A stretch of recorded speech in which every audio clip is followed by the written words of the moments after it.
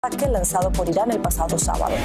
Transmite LRJ 518, Canal 4, del Arzobispado de San Juan de Cuyo, San Juan, Argentina.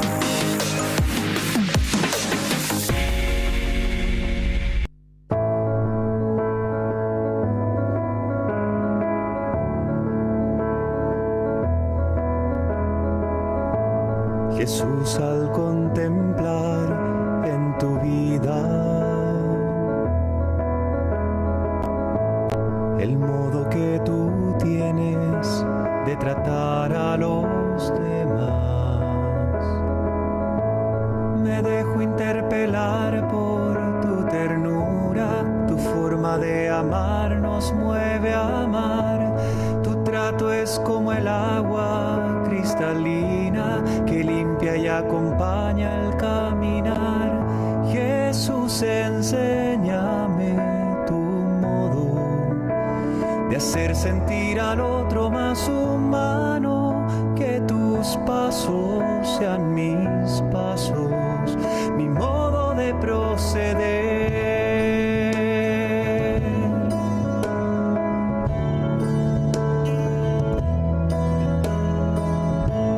Jesús, hazme sentir. Muy buenas noches, nuevamente con ustedes aquí en Honrar la Vida. Escuchábamos la cortina musical que abre nuestro programa, es nada menos la canción Tu modo de proceder, y es de un cantautor, sacerdote, jesuita, chileno, que actualmente vive en Roma y que hemos tenido la gracia de tenerlo como verdadero regalo el pasado sábado, todo el día para nosotros en el Colegio Don Bosco. Luego vamos a hablar un poco más con el padre Martín Nacuzzi y tuvimos la oportunidad de hacerle una entrevista a Cristóbal Fons, es jesuita, autor, y bueno, nos explicó cuál es el sentido también de esta canción que hemos puesto como cortina para este año. Así que realmente nos da una gran alegría.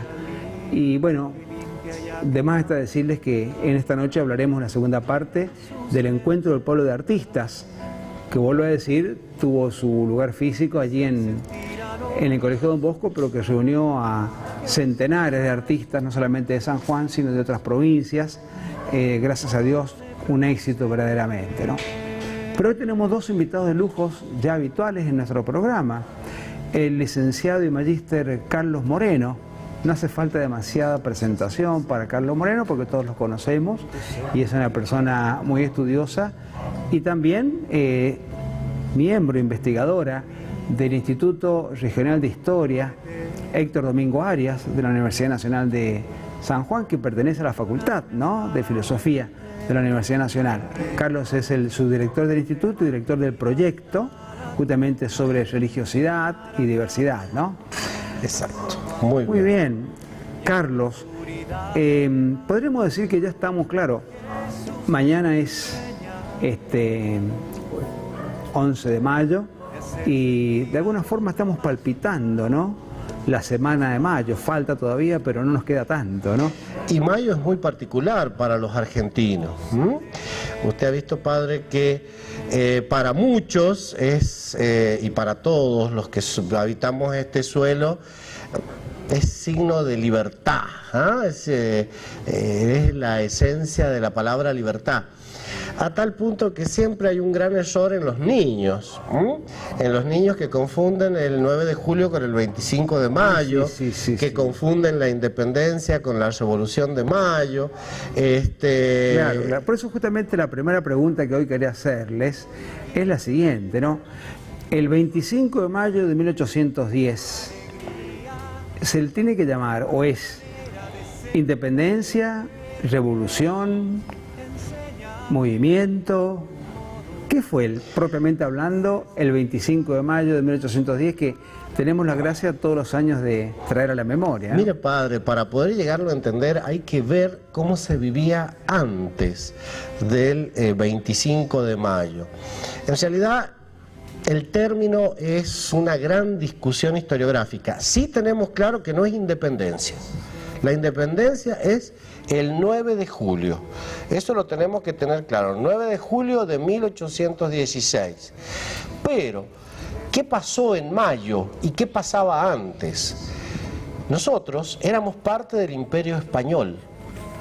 Estábamos gobernados por el rey de España, Fernando VII, que delegaba su poder en un representante que era un virrey. Y era una sociedad, como uno muchas veces lo explica, marcada por las diferencias.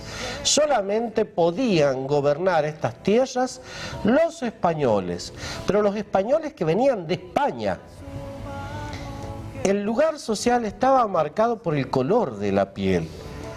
Teníamos a los criollos, que eran los hijos de los españoles nacidos acá, que no podían ejercer cargos políticos.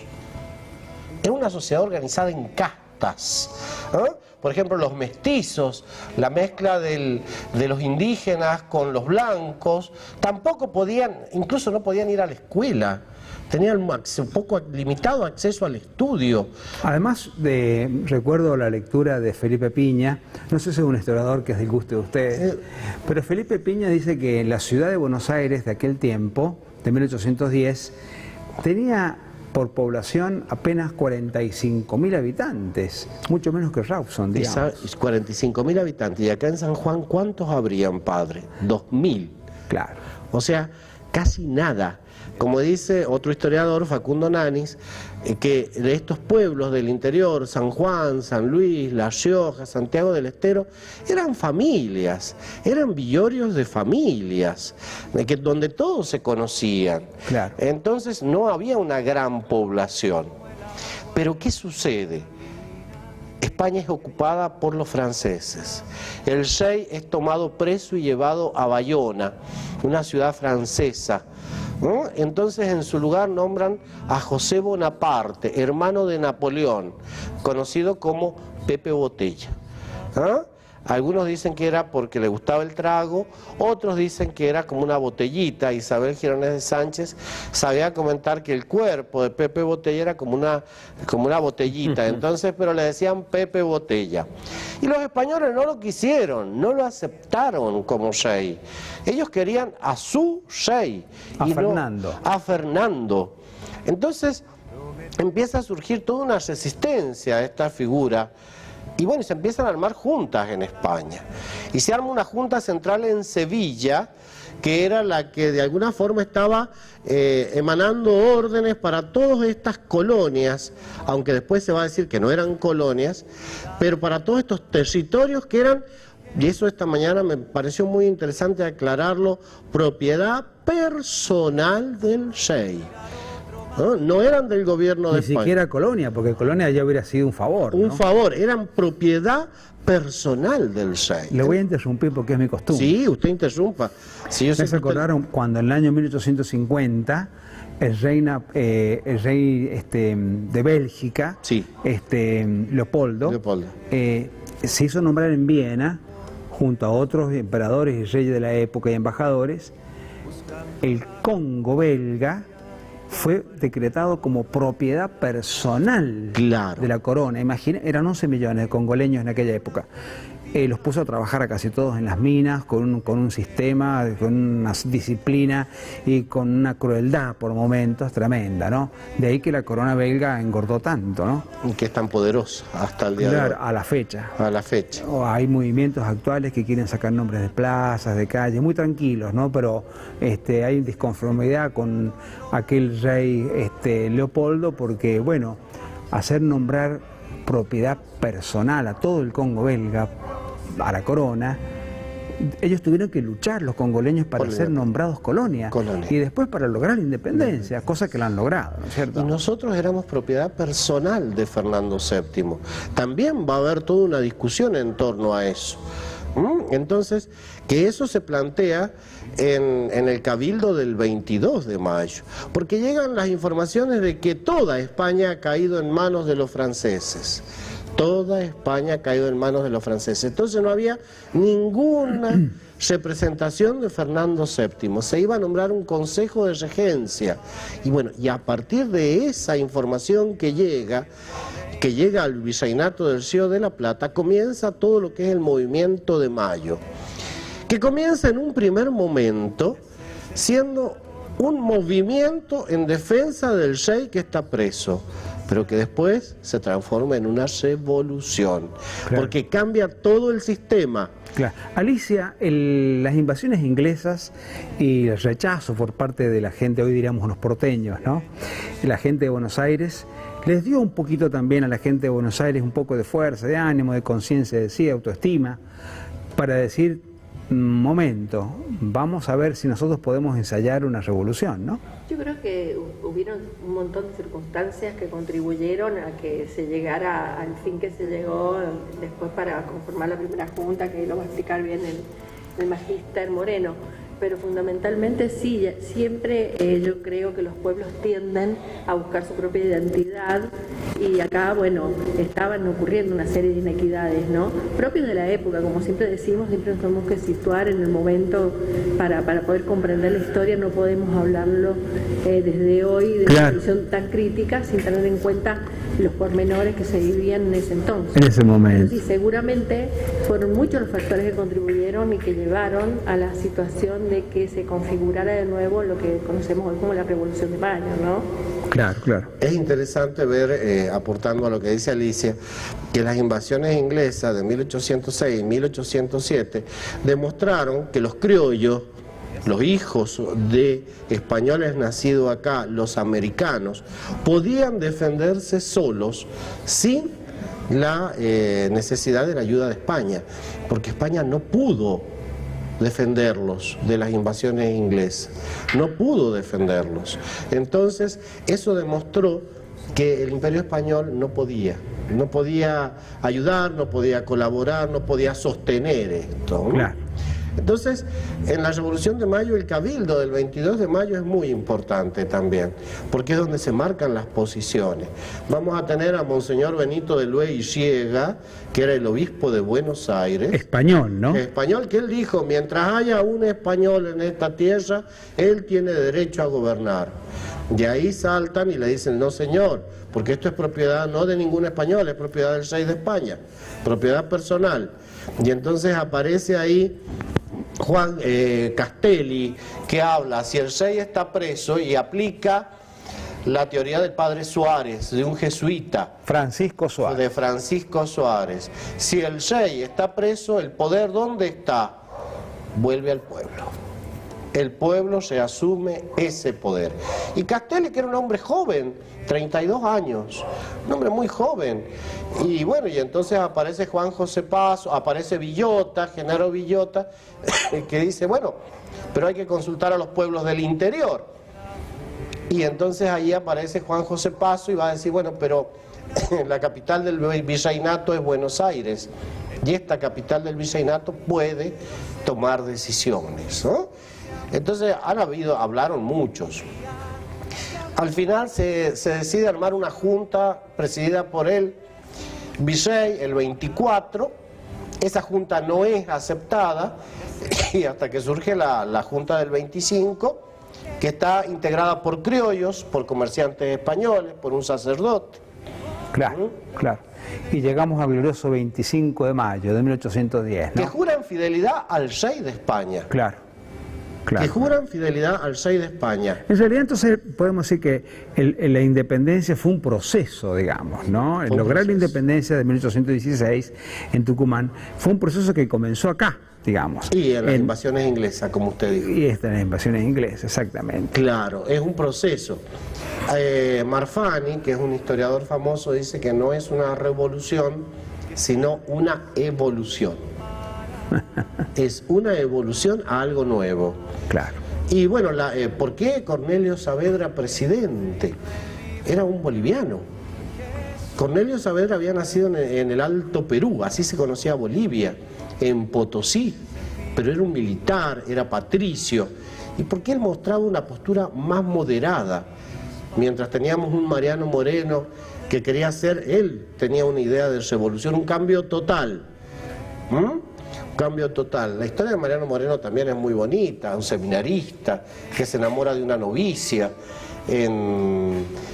también en el Alto Perú, y bueno, y dejan tanto él deja el seminario como la novicia deja el convento. y se casan, y bueno, y él termina, fallece en forma misteriosa. En alta mar, ¿no? En alta mar, ¿no? Siempre sabemos, nunca sabremos bien la causa finalmente de la muerte de Mariano Moreno, sí, ¿no? Claro, porque pero fue un fuego en movimiento, fue un hombre, fuego en ¿no? movimiento, sí. Y bueno, y vamos a tener el final de todos los integrantes de la Revolución de Mayo, no es muy de la Junta, no es muy bonito. Porque, por ejemplo, Castelli termina muriendo a los pocos años de un cáncer de lengua. Claro. A los pocos años, la Shea, por ejemplo, que era un comerciante español, el más joven de todos, se termina suicidando. Claro. La finca de Ascuénaga es donde está actualmente la Quinta de Olivos. Ajá. Qué bueno, ¿no? Y era el más mayor. Saber estos detalles. Y creo, y finalmente, Carlos, creo que Cornelio Saavedra pasó un tiempo aquí en San Juan, ¿no? Cornelio Saavedra estuvo en Rodeo, en Iglesias, exiliado. Lo mandaban a un castigo. A Cornelio Saavedra, a Hipólito Vieites, los hemos tenido en San Juan. Cuando los castigaban, los mandaban a San Juan. Entonces estuvo en Colanhuil, y ahí está la casa de Cornelio Saavedra. Ajá. Claro. Pero a los pocos años termina, se lo consideró que no había cumplido con las funciones que se pretendían aquellos grupos que querían un camino más rápido, como que era más conservador. Cornelio Saavedra como que frenaba. ¿Es verdad que hubo escarapelas del 25 de mayo? Eso es una historia que creó Vicente Fidel López. Vicente Fidel López, el hijo de Vicente López y Planes, el autor del himno nacional, 11 de mayo, día del himno, hablaba de que se repartieron escarapelas celestes y blancas. Con el tiempo, eso, porque Vicente Fidel López cuando escribe su historia era muy ampuloso, muy barroco, muy pintoresco, muy barroco. Claro. Entonces después con el tiempo eso se descubrió que no ha sido así. Eran cintas rojas y blancas. Claro. Que simbolizaban a Fernando VII. Claro. Tenemos que ir a un breve corte, una pausa y ya volvemos. Bueno. ¿Puede ser? No se vaya, aquí en Canal 4.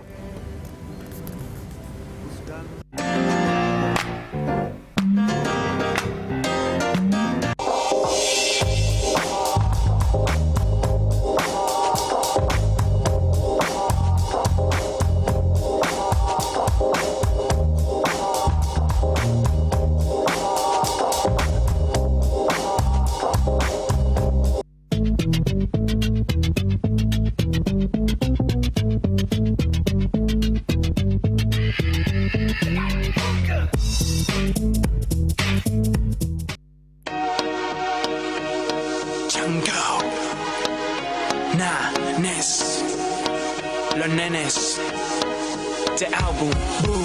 Yo la miré en la pista, es una diosa y me sonrió. Jungle, sacada de una.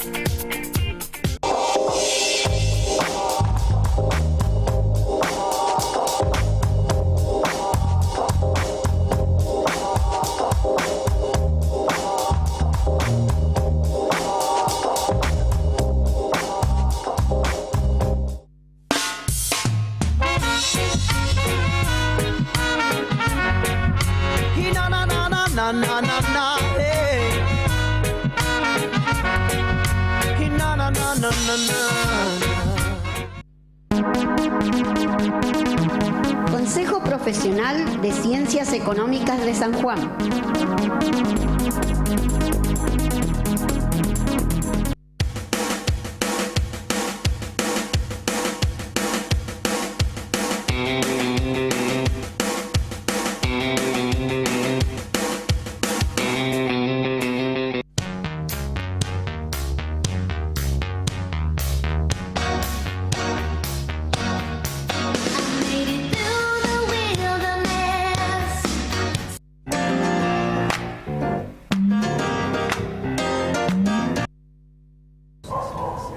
Bueno, no es que hayamos agotado el tema de la Semana de Mayo, lejos, simplemente hemos querido dar como una especie de anticipo, ¿verdad, Carlos?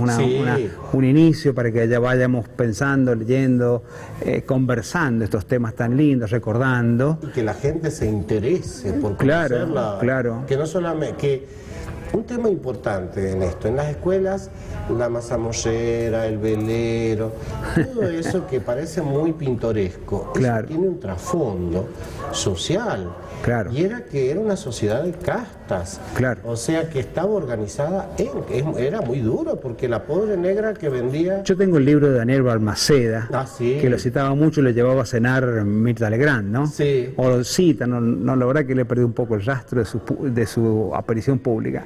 Pero las comidas que se comían en el 25 de mayo de 1810, las comidas, la cocina de mayo de 1810 en Buenos Aires, ¿no? Y refleja en eso que estás diciendo, Carlos. Claro, la señora, el aguatero era un mestizo que no podía estudiar, entonces tenía que vender agua, igual el velero. ¿Ah? ¿Y por qué la dama y el caballero? Porque ellos sí podían estudiar, o sea, él podía estudiar. Ella estaba destinada a las tareas de la casa, el papel de la cuestión de la educación. En esos años era muy restringido. Claro. Muy restringido, era para los hombres. Y si querían, incluso, por ejemplo, para entrar a un convento había que mostrar pureza de sangre. Eso es un documento muy interesante que hay en Buenos Aires, pureza de sangre. Incluso en la misma iglesia estaba el alto clero, el bajo clero. O sea, era una sociedad marcada por las diferencias. Por ejemplo, si un chico quería entrar al seminario, pero era hijo de un carnicero, se entendía que ese chico había crecido en un ambiente donde el padre era muy hosco, y si se quiere también hasta violento. Y no sería conveniente entonces tener un hijo de claro. Entonces estaban esas cosas que hoy nos parecen muy raras, pero bueno, en aquella época estaba. Y tenían que pedir dispensa para poder, sí. Tenían que pedir dispensa. Se les podía conceder, pero una dispensa, pero era una sociedad marcada por las diferencias. Claro. Y eso es lo que empieza a terminar con todo lo que va a ser mayo, porque en la asamblea del año 13 se suprime todo eso. Todo título nobiliario y la esclavitud, ¿no? Y la esclavitud, claro, entonces eso es un avance muy grande para la época. Claro, claro.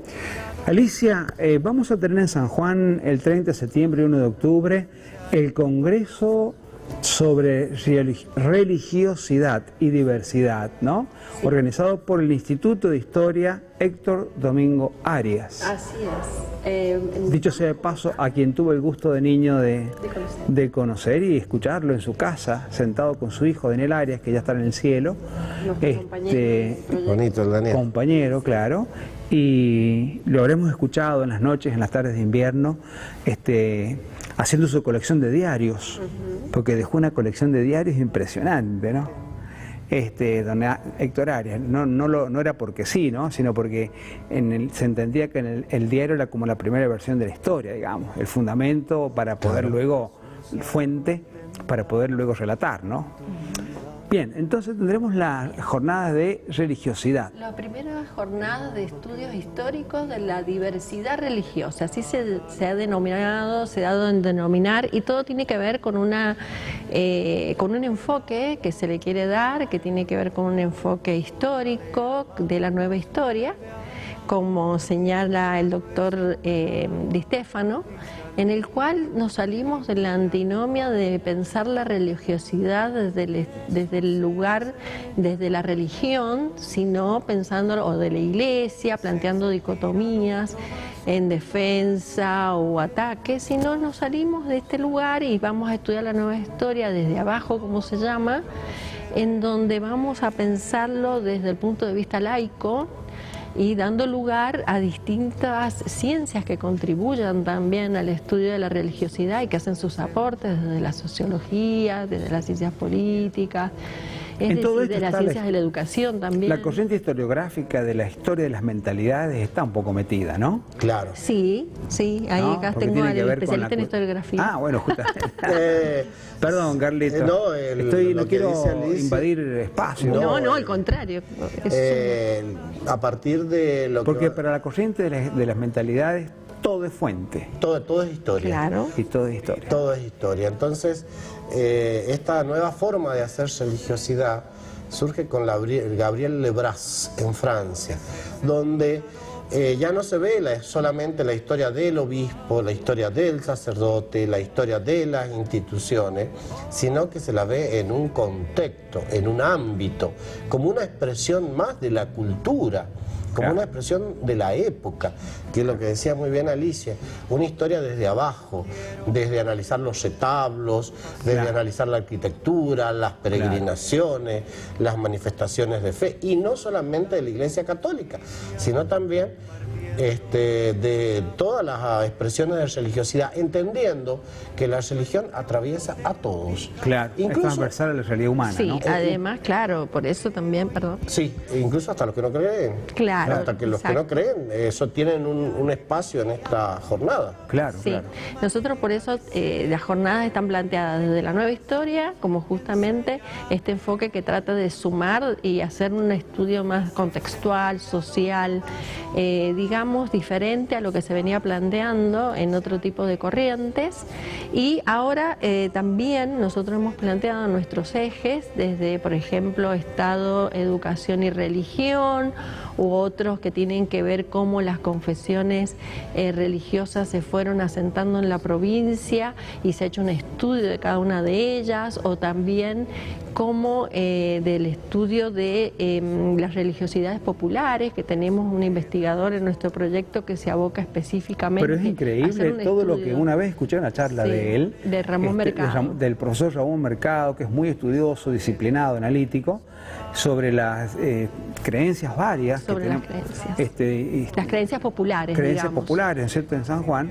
Yo me quedé sorprendido Sí. de la cantidad que Sí, tenemos. sí, sí. Escuchando Las y devociones populares, ¿no? devociones populares, que el documento de Aparecida de la Iglesia Católica, donde el Papa Bergoglio, que no era Papa aún, era el redactor principal, recoge como muy positivo. Sí, da lugar, digamos, ¿no? Da lugar, ¿no es cierto?, para que en esas manifestaciones populares de la religiosidad, bueno, hay un espíritu, ¿no? Hay una búsqueda, hay sinceridad, hay creencia, hay fe, etcétera. Sí, yo creo que hay como una apertura de la Iglesia también en estos últimos tiempos. Sí. Para dar lugar, por eso también hemos tenido últimamente algunas, por ejemplo, santos que han sido consagrados como tales, a partir de, por supuesto, de las comprobaciones, pero bueno, tenemos algunos locales también, y bueno, quiere decir en Argentina, hablo del cura Brochero y de la Que han tenido un última. culto popular, Mamantula, exactamente, que Seferino. primero fueron parte de un culto popular y que después sean reconocidas con la Iglesia. Para mí me resulta gratísimo porque da lugar a que esta fe era cierta, digamos, ¿no? Bueno, nosotros ¿qué hacemos en el instituto? Nosotros desde el proyecto, que es un programa de estudios universitarios de la religiosidad y la historia de la religiosidad, trabajamos de los distintos aspectos, y también se ha dado a trabajar desde aquellos personas que no tienen una confesión religiosa determinada, que son los llamados ateos, ¿no es cierto? Y que también hacen estudios de la religiosidad y se acercan al fenómeno religioso, ¿no?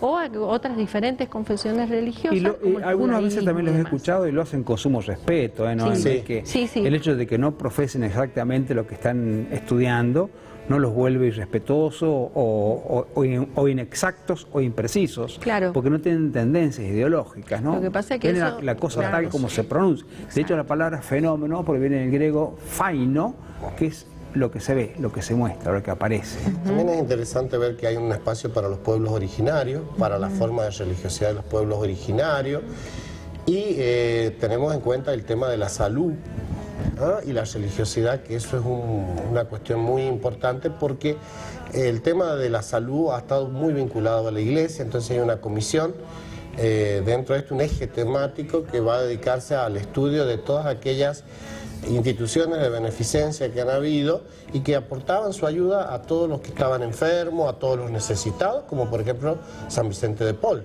Alicia, estamos en mayo todavía, el congreso va a ser el 30 de septiembre, Va a ser no de el octubre, 30 de septiembre. pero la persona que nos está escuchando y que tiene interés, me gustaría participar, ¿cómo hace? Bueno, es importante recalcar que este jornadas tiene todo el aval ministerial del Ministerio de Educación, o sea, va a tener puntaje. Eso es muy importante porque a los docentes les interesa formarse también para tener un lugar también en su carrera docente, ¿no?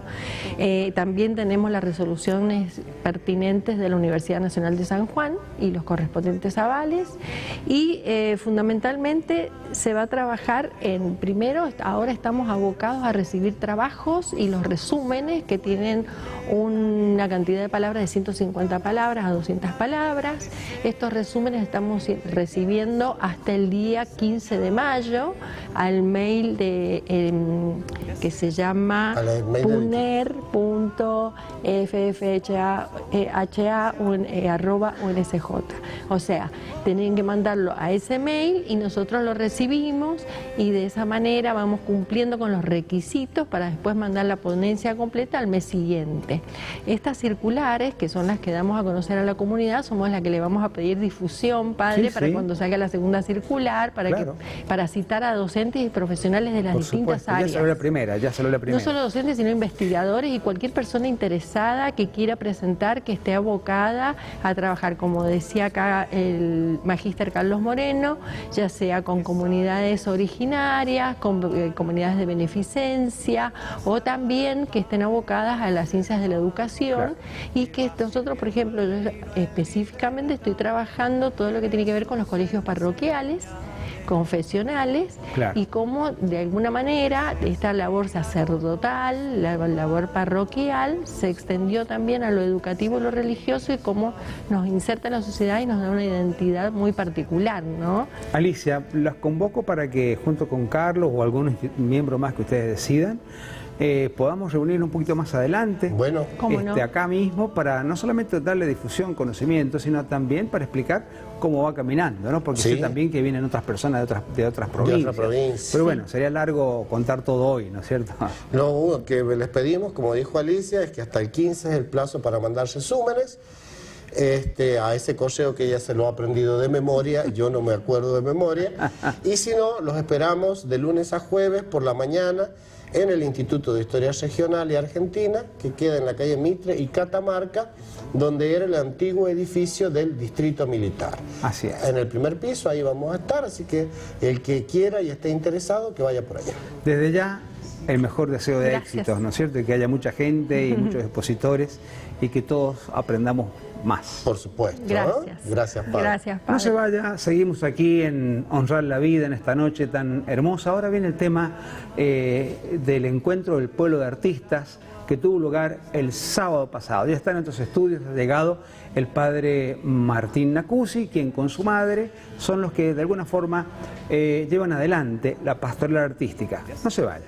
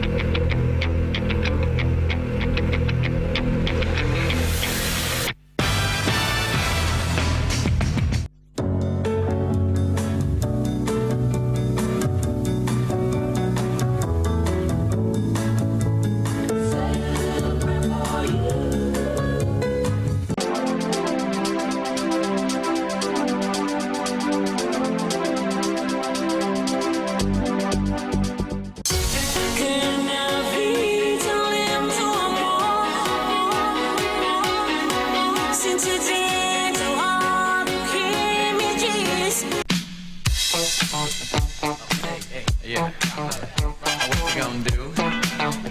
You gonna get down? Tell me, what you gonna do? You gonna get down? Tell me, what you gonna do?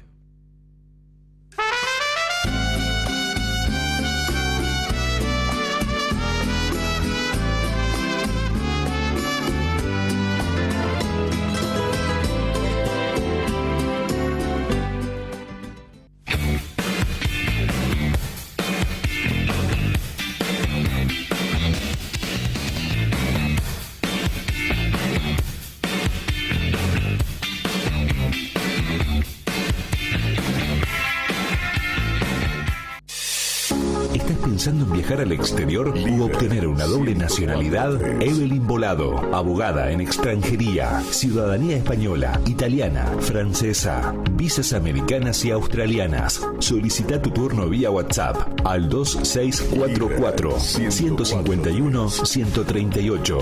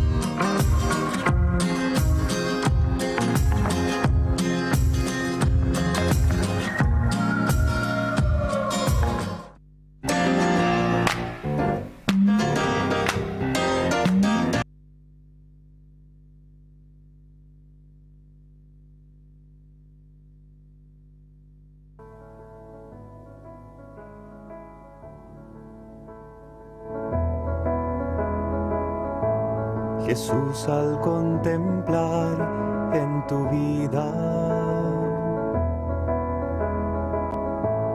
el modo que tú tienes de tratar a los demás, me dejo interpelar por tu ternura, tu forma de amar nos mueve a amar. Tu trato es como el agua cristalina que limpia y acompaña al caminar. Jesús, enséñame tú de hacer sentir al otro más humano, que tus pasos sean mis pasos. Tenemos una entrevista con el modo de proceder. Continuamos entonces aquí en Honrar la Vida. Nos alegra y nos honra la presencia ahora de otro invitado. Pasamos a otro tema. Estamos con el padre Martín Nacuzzi, quien hace 3 años comenzó con un sueño. Ese sueño es ya realidad, ¿no? Buenas noches, Martín. Buenas noches, padre. Él pensó en que tendría que haber una pastoral orgánica que ofreciera al mundo artístico en San Juan posibilidades de expresión cristiana, ¿no? Más o menos es esto, ¿verdad? Es eso, padre. Entonces fue ideando, acompañado también de su madre, que es artista, y Lili Gutiérrez, todo el mundo la conoce. Y bueno, hemos llegado a Arepa, Encuentro del Pueblo de Artistas, que tuvo lugar el pasado sábado, 4 de mayo, allí en el Colegio Don Bosco, que fue un éxito total. Ha sido muy bendecido y tomo un poco esas palabras que decías recién, padre, para contarles también a todos los televidentes que fue así, fue un sueño. En mi caso, como bien has nombrado a mi madre, él recibió esa cuna y sentía que los artistas de aquí de la provincia, en las distintas expresiones, venían laburando mucho, entregándose mucho por el reino, pero bueno, faltaba como una estructura, una pastoral orgánica que ayudara a que entre los artistas de un decanato y los de otra parroquia y otros movimientos pudieran encontrarse y juntos pudiéramos hacer cosas para la evangelización, ¿sí? Claro. Hay como un lema que tenemos que es que juntos podemos hacer cosas más grandes, más bellas y duraderas. Y ese sueño, como decís, es ya realidad. Claro. Y hace 3 años comenzamos con este EPA, este encuentro del Pueblo de Artistas, que... Acá tenemos un emblema, ¿no es cierto?, a quien has traído justamente un signo, el EPA, ¿no? Encuentro del Pueblo de Artistas, ¿verdad? Así es. Que bueno, fue el 4 de mayo y tuvimos el gozo de poder llevarlo a cabo en el Colegio Don Bosco y bueno, y te tuvimos ahí como tallerista, así que realmente bendecidos por tu presencia. Están pasando las imágenes que fueron las mañanas hermosas realmente, ¿no? Ahí está tu madre. Y bueno, fueron 12 talleres en simultáneo de pintura impresionista, bueno, del Dios de Borges que bien dabas, de la contemplación de la belleza con los íconos, de guionizar escenas bíblicas con mi mamá, el mural, bueno, tantos talleres, por ejemplo, de la difusión digital, la evangelización en redes, eso a cargo de la gente de Renova. La gente de La Rioja, por ejemplo, dio talleres sobre voces creativas para poder encontrar la propia vocación a partir también de los talentos artísticos. Claro. Bueno, esto que estamos viendo en imagen es un obsequio de la pastoral artística, ¿no? Que hemos, entre comillas, tomado prestado para que podamos graficar y mostrar realmente lo que, en parte, lo que ha sido. Y eso que nos estamos mostrando, lo que fue la tarde. Bueno, la participación de Fons fue realmente muy esperada. Padre Cristóbal Fons, jesuita. Jesuita, que hoy por hoy está viviendo en Roma, es el vicedirector de la Oración Internacional por el Papa. Él es con el grupo que forma parte de los que se encargan de hacer el video de oración mes a mes por las intenciones del Papa. Así que bueno, allí, desde el corazón de la Iglesia también, encargado él de evangelizar y animarnos a rezar. Y logró eso, realmente, logró animarnos a rezar en su oración cantada. Le preguntaba en estos días al obispo Jorge Lozano, que nos acompañó, un poco su eco, qué le había parecido. Y el padre, bueno, resaltaba esto, que había estado muy bueno, sobre todo por cómo el padre Cristóbal manejaba los tiempos, ¿no? Y las emociones. Cómo logró animarnos a empezar así muy alegres, con aplausos después de cada canción. Y sin embargo, en un momento dijo, bueno, ahora el que quiera puede cerrar los ojos, vamos a dejar de aplaudir después de cada canción. Y nos metió al corazón. Sí. A más de uno Sí, aparte los minutos pasaban como nada y fueron horas de oración. Sí. Le vamos a pedir al director de cámara que enfoque un poco esta imagen que hemos pegado, nos ha traído, de Jorge Luis Borges, Martín. ¿Por qué no explicamos un poquito qué hicimos y mientras tanto vamos preparando la entrevista que le hicimos al padre Cristóbal Fons? Ahí lo tenemos, una imagen de sonrisa, ¿no?, de nuestro gran escritor. Contanos también, padre, un poco tu eco en ese taller, porque vos fuiste quien estuviste a cargo de contar a todos los talleristas sobre, entre los escritos y poemas de Borges, cuál era su percepción de Dios, en qué Dios creía, si es que creía en Dios, y en base a eso todos pudieron trabajar. Así es, una imagen limitada, si se quiere, dado su racionalismo, podemos decir que Borges es un agnóstico, ¿no? Pero al mismo tiempo un buscador incesante, sumamente preocupado por los temas religiosos para que él le cerraran, digamos, ¿no? No despreocupado y nada, no, sino búsqueda, una búsqueda incesante. De hecho, en su último poema, Cristo en la cruz, que está en el último libro, Los Conjurados, llega a decir, no lo veo, pero lo seguiré buscando hasta el último día de mis pasos por la tierra, ¿no? Es decir, hay un buscador incesante. Él dice también, Cristo fue el más grande de los poetas, de los escritores de los orales, de los maestros orales, mucho más grande que Buda, que Sócrates, que Pitágoras. Es el pilar de la historia del mundo, llega a decir esa expresión. Me parece una cosa muy linda, ¿cierto? Y tanto más. Si Dios quiere tener lugar un EPA número 4, pensaba ofrecerte la posibilidad de Borges, pero ya no Dios y el Cristo, sino la condición humana. Qué lindo. Porque en realidad el mundo borgiano no se puede explicar en una hora, ¿cierto? Tal cual. Ni mucho menos en 5 minutos, es muy complejo, ¿no? Tal cual. Bueno, creo que ese ha sido el desafío de todos los talleristas, poder desarrollar la propia sabiduría y arte en una hora y media que tuvieron lugar. Martín, a mí yo me quedé sorprendido de la predicación en la misa hecha por la señora Mónica. Y vos, ¿no es cierto? Sí. Ella armó la homilía. Yo me sumé y ¿Pero cómo completé. lo hizo? ¿Lo hizo con títeres? Con títeres. Mónica Gómez, les contamos a toda la audiencia, ella es titiritera es maestra jardinera jubilada y bueno, y hace muchos años, de hecho, desde que era chiquita, ella empezó como a jugar con objetos y a hacerlos hablar y bueno, y empezó a adentrarse en el mundo de los títeres. Y ha trabajado con Poli, con Bergoglio y con un montón de sacerdotes allí de Buenos Aires también.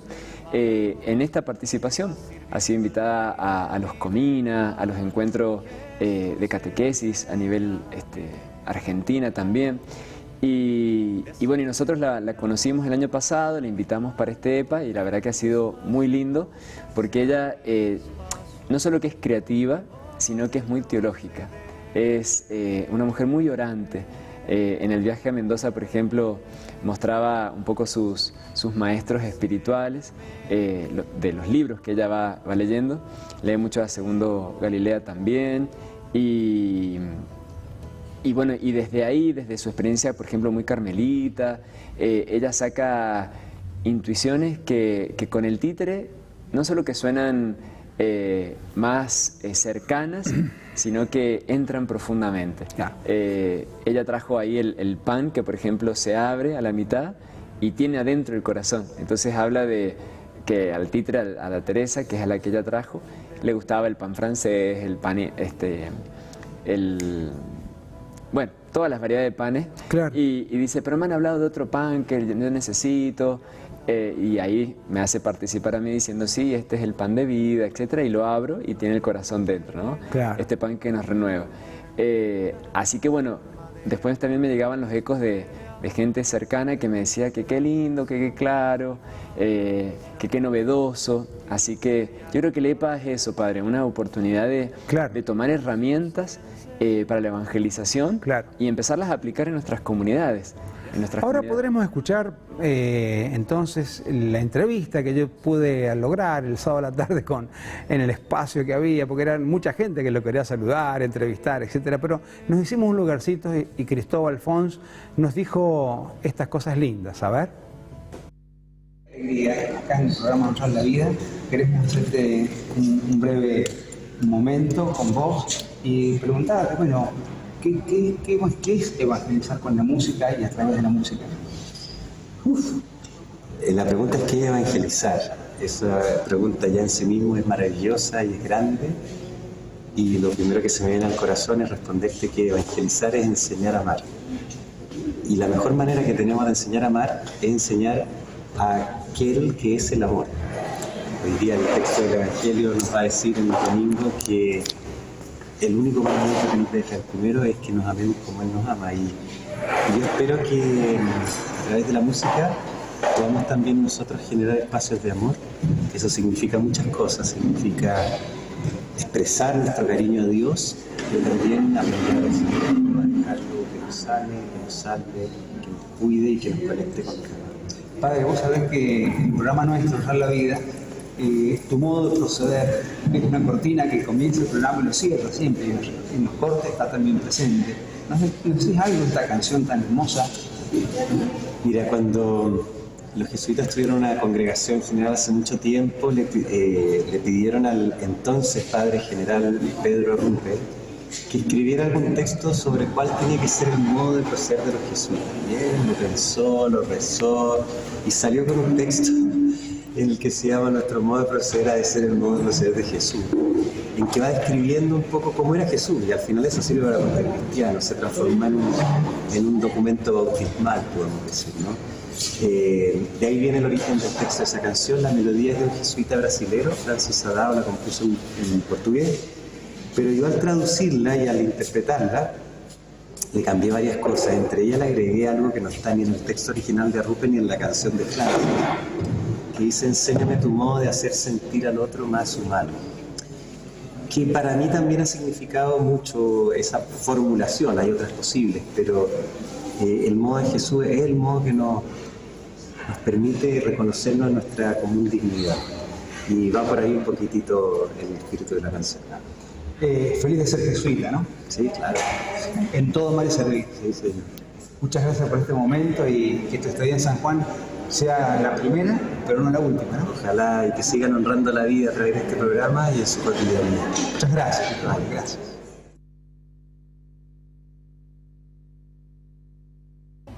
Muy bien. El padre Cristóbal Fons, un amigo, ¿no, Martín? Un amigo. Pero debemos a tu gestión el hecho de haberlo tenido en San Juan, ¿no? Mira, Dios nos bendijo, Padre, porque realmente fue eso, insistir, y se abrieron los caminos de la providencia para traerlo.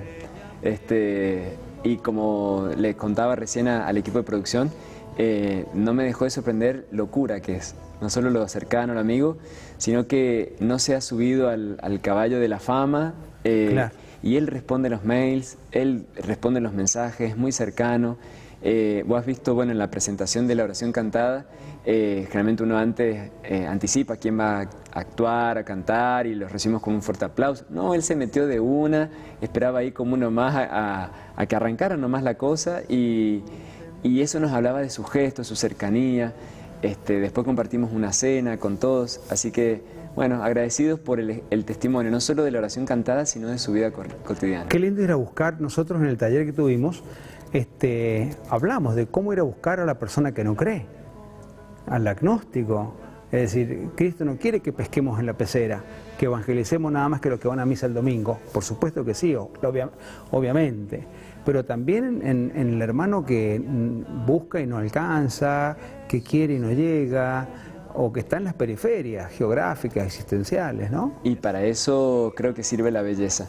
El obispo Jorge, cuando dijo unas palabras antes de que cantara Cristóbal, habló de la dimensión misionera de la belleza. Claro. En lo personal creo que han sido las palabras que más me han resonado, ¿no? Claro. Esto de animar a todos los artistas cristianos a saberse misioneros. Claro. Que por medio de la propia arte y talento que hayan recibido, pueden comunicar la buena noticia. La vía pulcritudinis ha sido siempre vía de acceso a Dios.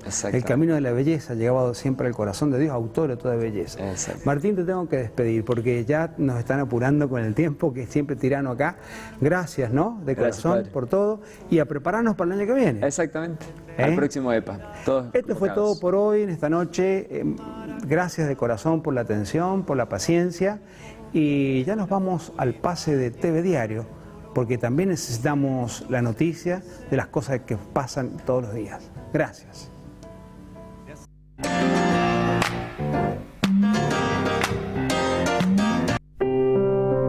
Cámara de Diputados de San Juan, haciendo leyes sus sueños.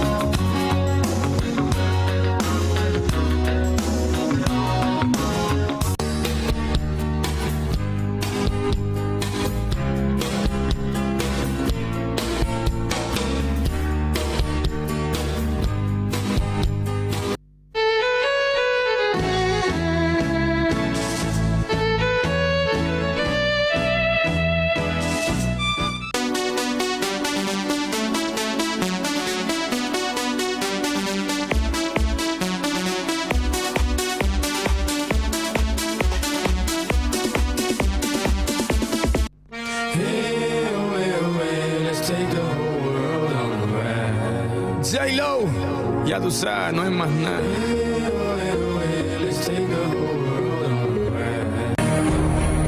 Biblias, devocionarios, novenas, estampas, láminas. Te esperamos en Rivadavia 107 Oeste, Capital. Milagrosa Santería y Librería.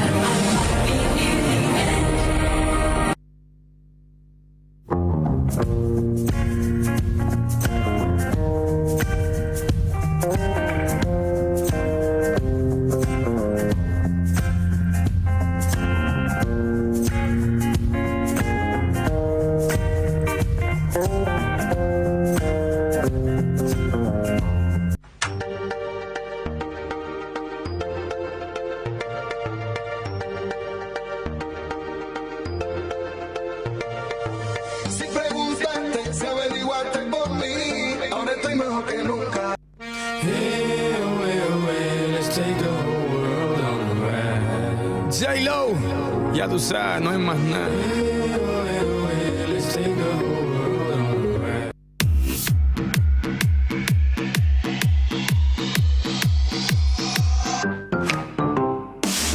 Mesdames et messieurs, s'il vous plaît, soyez prêts pour Aaron Chupa et Albatraoz. C'est parti. Panadería Iberia, todo en panadería artesanal, masas finas, tortas, tartas dulces, sándwiches, prepisas. Ameguino 62 Norte y un lugar especial para compartir en Rastreador Calibre y Lavalle, en Rivadavia. Envíos a través de Pedidos Ya. Panadería Iberia.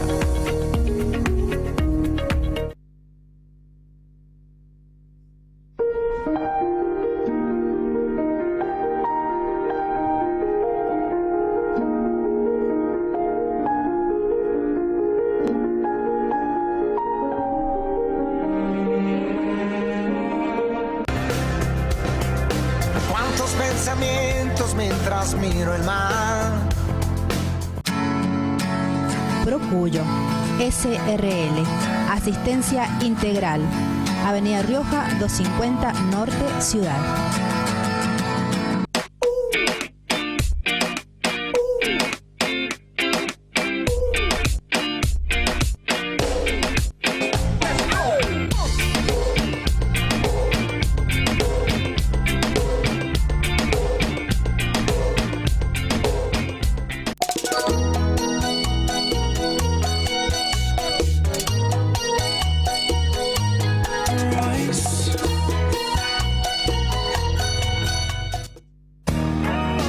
Sindicato Empleados de Comercio de San Juan, Ser y Estar para la familia mercantil.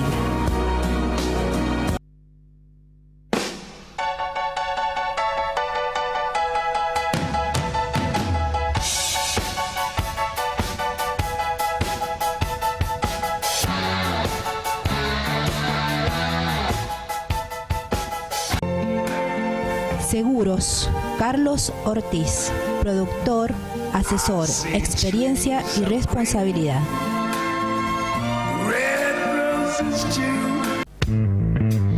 Sindicato Luz y Fuerza San Juan, porque lo mejor de Luz y Fuerza es su gente.